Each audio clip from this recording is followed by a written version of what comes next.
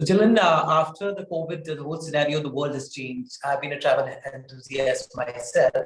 So, post-COVID, what do you think is going to be the travel situation? What is the travel scenario? What do you feel? Yeah, I think in a lot of ways, COVID and the pandemic accelerated things that were already happening.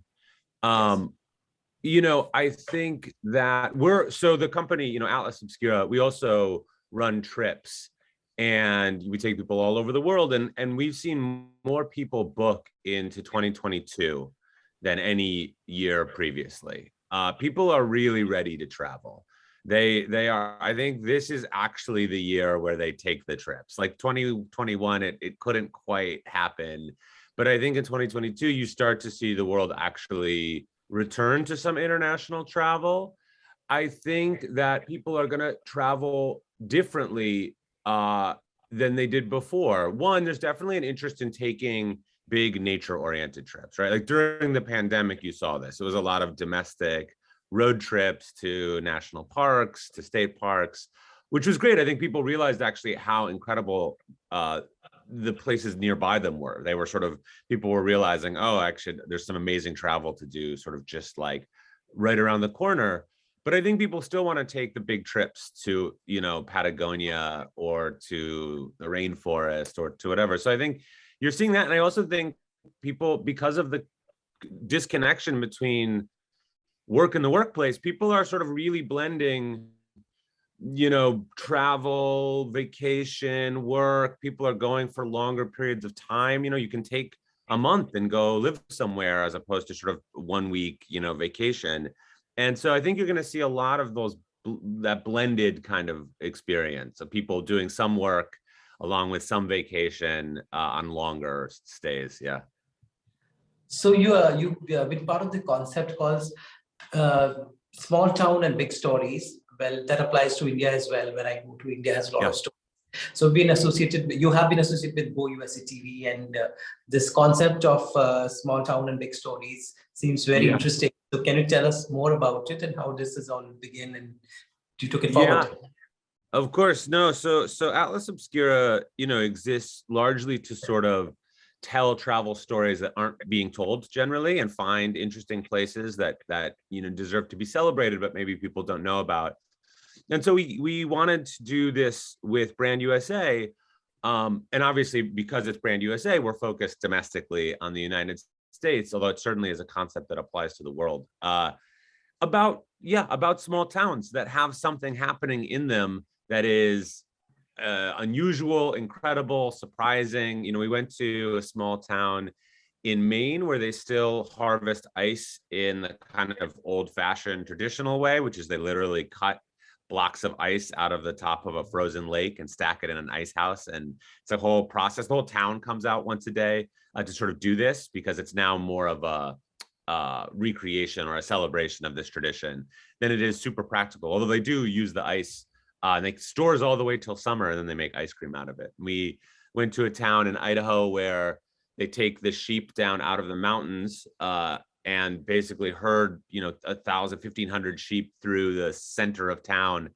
And it's this big kind of festival celebration. Everyone comes out to watch the sheep. And we went to a place in Vermont where really rural part of Vermont where they have this incredible puppet theater that travels the world to put on these incredible puppet shows.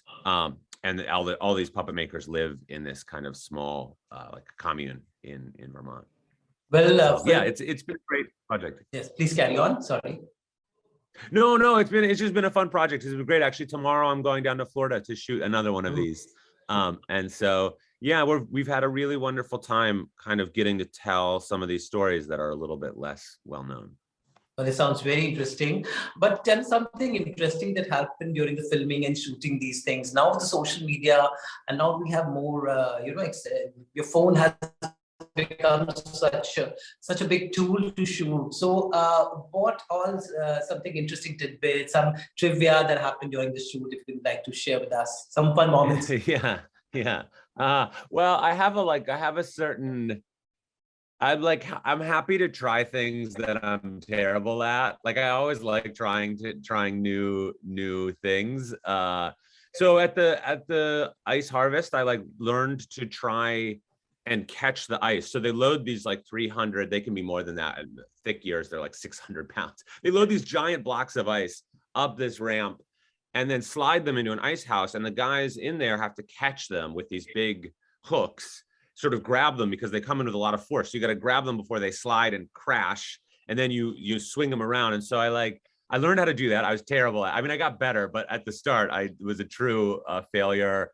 And then later, there's a kind of tradition of running across the lake on the ice, which ended in the way you would expect it would, which is me in freezing cold water. I tried to shear a sheep in Idaho. That is incredibly hard physical work, sheep shearing. And it was amazing to talk to these guys who do like shear like hundreds of sheep in an afternoon.